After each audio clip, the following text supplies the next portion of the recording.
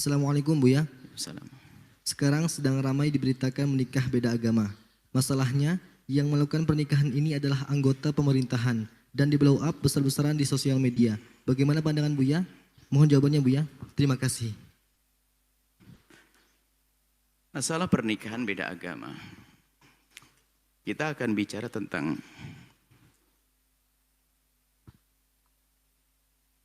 tidak dari konteks agama dulu deh.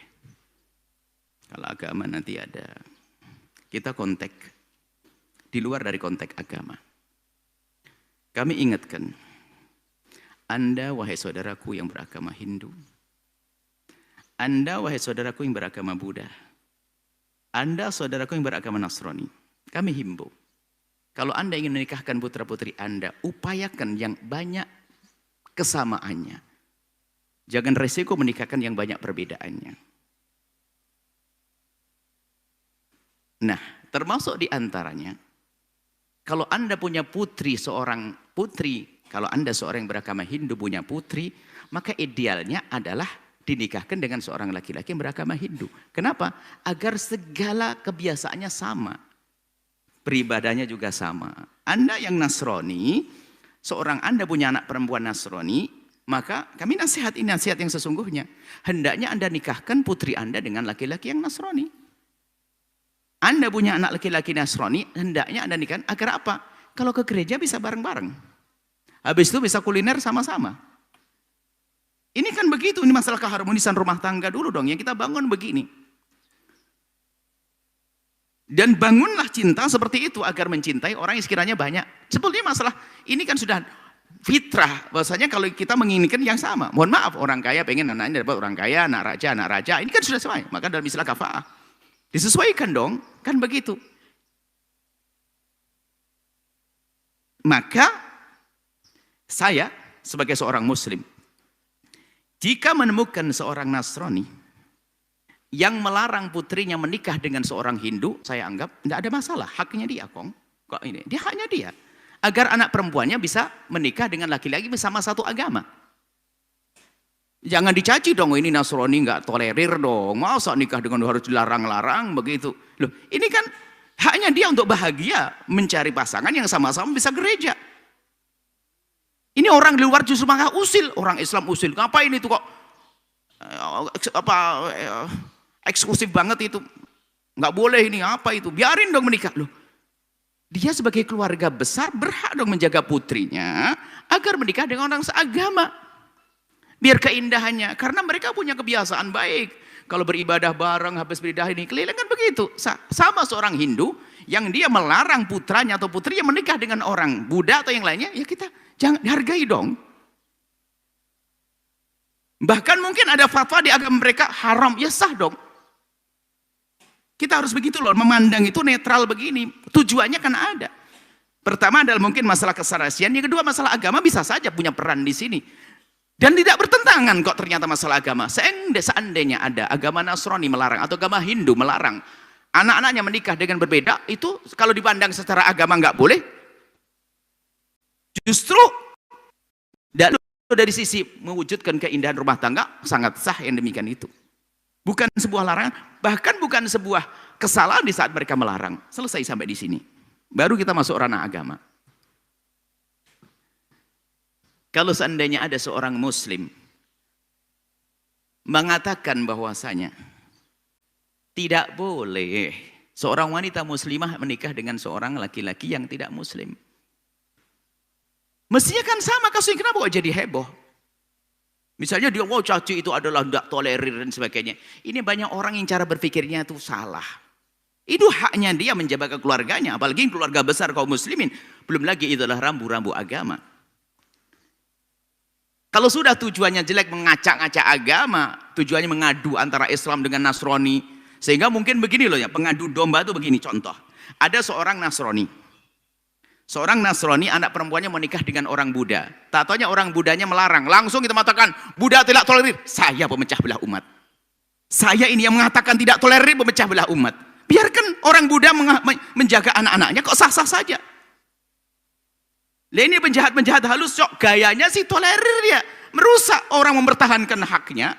Prinsipnya dianggap tidak tolerir. Ini penjahat kalau saya mengatakan orang Hindu nggak tolerir, masa anak perempuannya dinikahi agama beda saja, ya nggak benar dong. Ini banyak orang-orang aneh ini. Jadi yang salah malah dianggap benar. Jika ada seorang dengan agama yang mempertahankan cara pernikahan sesuai dengan agamanya, sah dong, hargai dong. Sama orang Muslim juga demikian. Dikatakan seorang Muslimah tidak diperkenankan menikah dengan non-Muslim, sah dong, tidak ada masalah.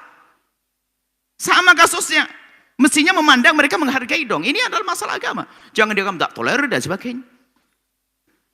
Bahkan dikatakan Islam, kalau laki-laki Muslim menikah dengan non-Muslim, dari wanita non-Muslim, ada diperkenankan, tentu ada aturan-aturannya. Seperti mazhab Syafi'i ketat sekali, harus Nasrani ahli kitab yang asli dari usul-usulnya. Tentu dalam mazhab Syafi'i nggak mungkin diterapkan. Tapi mazhab Malik mengatakan, ini gampang laki-laki. Tapi pun tujuannya, apa dibalik itu semuanya? Kalau dikembali kepada tujuanmu pernikahan untuk apa, wahai hamba Allah? Hei saudaraku yang Kristiani, hei saudaraku yang Buddhis, hei saudaraku yang Hinduis, hei saudaraku yang Muslim, di saat menikah tujuanmu apa? Kan ingin ada kebersamaan. Dengan keyakinan kita ingin bahagia di dunia dan akhirat, kan begitu. Mestinya itu yang perlu didukung, bukan sekarang ini kalau ada orang mengatakan menikah beda agama salah, wah ini nggak tolerir.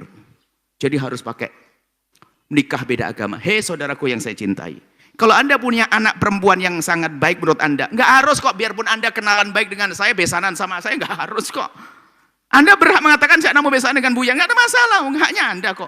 Tapi kenapa kok seolah maksa? Wah, besanan kok nggak mau, itu aja nggak mau, nggak boleh. Kok jadi salah mengukur toleransi dan bukan toleransi. Jadi dalam Islam, saya masuk ranah agama saya, wilayah Islam. Wanita muslimah, wahai saudaraku yang saya cintai, dari saudaraku yang muslimah, ahli surga. Insya Allah, pernikahanmu dengan orang di luar Islam, pernikahan tidak sah. Tapi alhamdulillah masih ada iman di dalam hatimu. Semoga masih selamat. Tapi ingat, ini tidak sah. Segera berpikir bagaimana agar menjadi sah. Yaitu bagaimana? Semoga yang sudah terlanjur menikah, semoga suamimu segera mendapat petunjuk, segera masuk Islam. Yang jelas tidak sah, harus begitu dong. Tapi di saat kita mengatakan tidak sah, nggak perlu orang beragama lain marah-marah, ini nggak tolerir. Apalagi orang satu agama, aneh banget. Ini kan masalah ranah agama dan begitu hukumnya. Tidak sah ya. Kemudian juga di saat sudah terlanjur menikah seperti itu gimana? Ya kita beri pemahaman dong. Bukan dicaci maki juga. Loh, kadang ada di antara mereka yang nggak mengerti, dipikir sama. Sebab memang ada fatwa juga lah. Ini fatwa dari kaum muslimin yang aneh ini, yang membahayakan nih. Ini fatwa ini sebenarnya dia pemecah belah umat itu. Dia mengatakan nggak apa-apa nikah beda agama, nggak apa-apa. Bahkan ada kalimat yang mengatakan nggak boleh, dia tuh udah sempit pandang. Oh dia yang sempit kok.